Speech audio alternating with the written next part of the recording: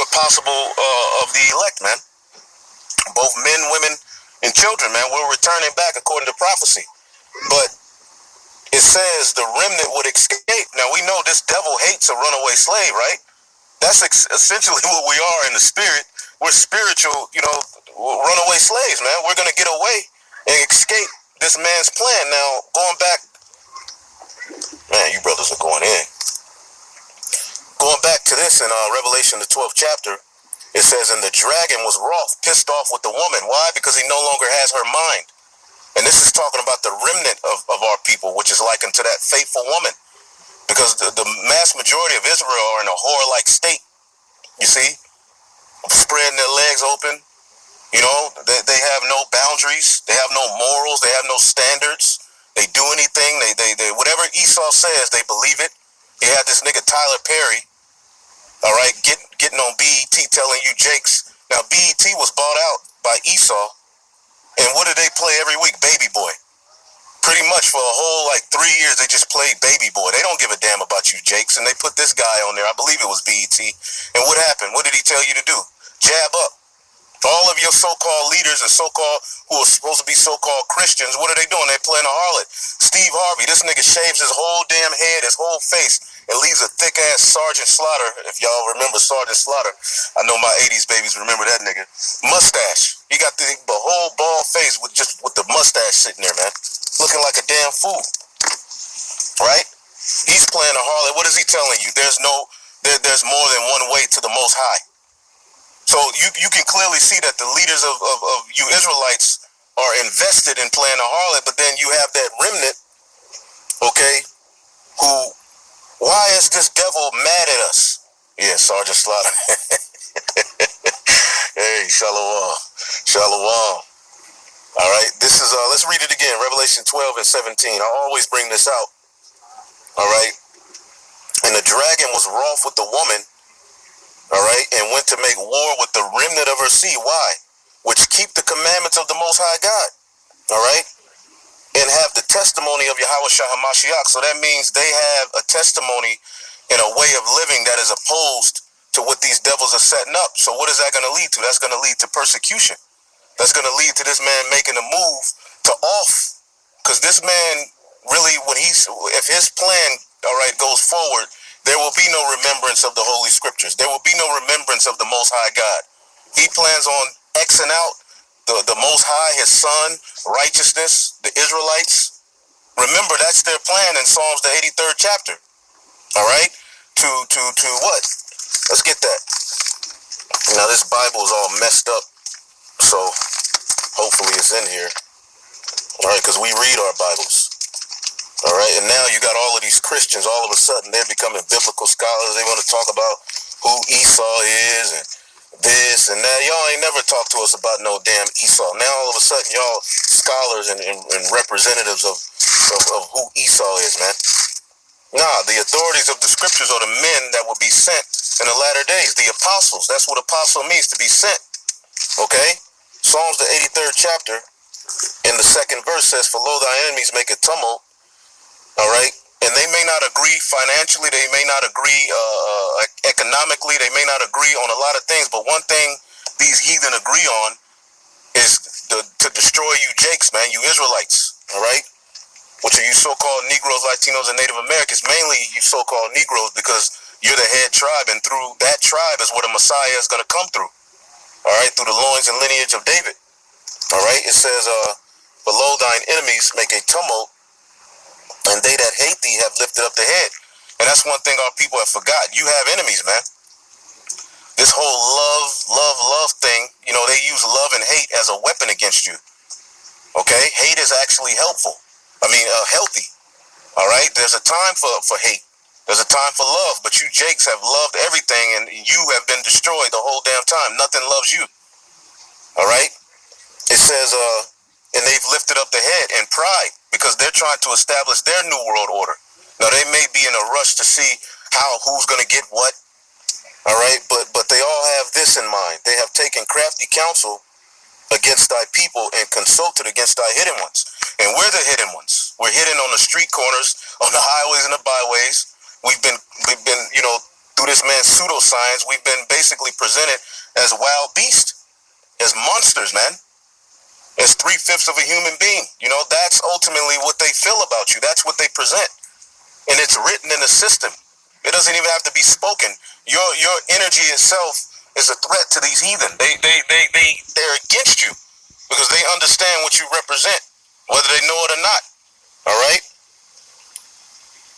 And we're the hidden ones. You see, they have said, come and let us cut them off from being a nation, that the name of Yashar Allah be no more in remembrance. So that's what they want. At the end of the day, they want to forward their enterprise, but what that entails is that this can't exist. What we believe, what we speak, our people being in a mindset of repentance is the biggest threat. Now, going to the book of Daniel, I wanted to get this real quick because these are the times we're coming up on. All right? These are the times we're coming up on. All right? Because a lot of people love to take hold to this Israelite awakening, but then when it comes to what comes with it, all right, they have a problem with it. All right?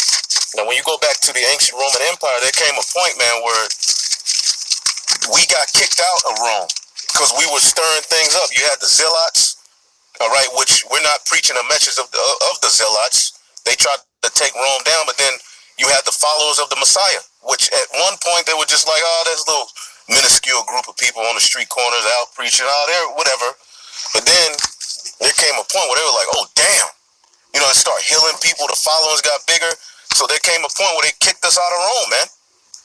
And that's getting ready to be the sentiment in this new revived Roman beast system, man.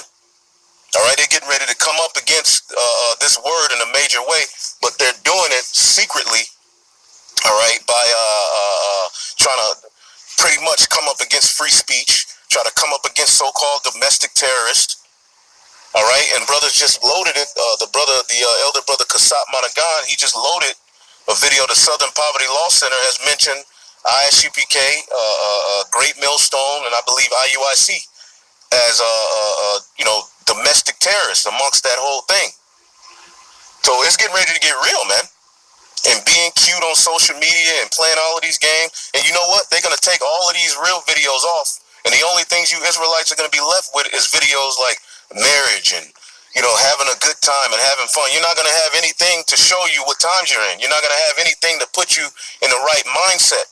Because that's the thing about the prophets. We're not here to sugarcoat this word to give you some sense of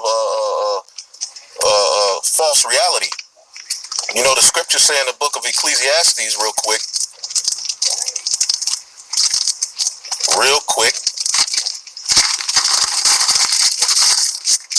Ecclesiastes 8 and 5, all right, it says, whoso keepeth the commandment shall feel no evil thing, and a wise man's mind, which is your heart, the Hebrew word for heart is your mind, lab is the Hebrew word, discerneth both time and judgment.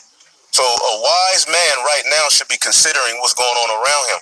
We should know what times we're in. We should know who our enemy is. We should know what we represent and what they represent. And it's two opposing ideologies. Now, in Daniel, the 3rd chapter, I always bring this out as well.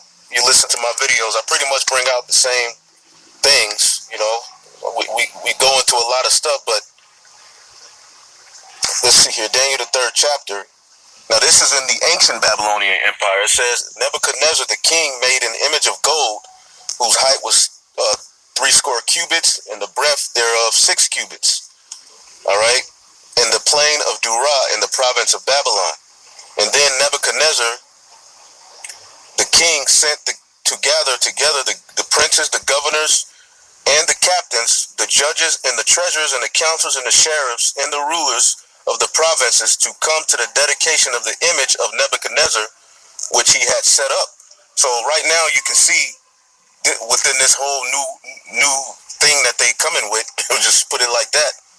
You know, you have the governors, the judges, the treasurers, the counselors, the sheriffs. They all got to be down with it. They're all being called to get in line to get ready to push forth this image, which is ultimately, in this time, is the image of the beast, which will be fulfilled ultimately with the mark that they're bringing, man. Okay? Because we've done lessons on what the true image of the beast is. It's far deeper than just white Jesus, man. The picture of white Jesus.